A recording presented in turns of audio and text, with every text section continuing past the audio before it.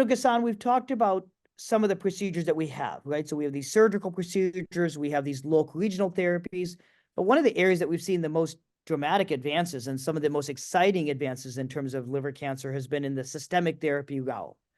So, I'm hoping that you'll be able to walk us through several of the different options that we have available for systemic therapies. What do we have that are targeted therapies? What are targeted therapies? How are they used to treat liver cancer? Yeah, I mean, I will first reconfirm what you said earlier. Chemotherapy, we don't treat with chemotherapy liver cancer. Rare occasions, but really it's not the standard. It didn't work for that disease.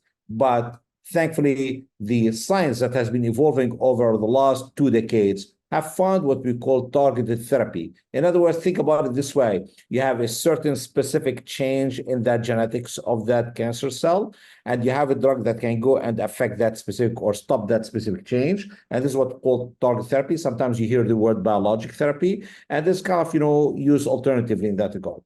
The drug that really came first, and we were really delighted to have it as the first choice of patients' treatment, was sorafenib.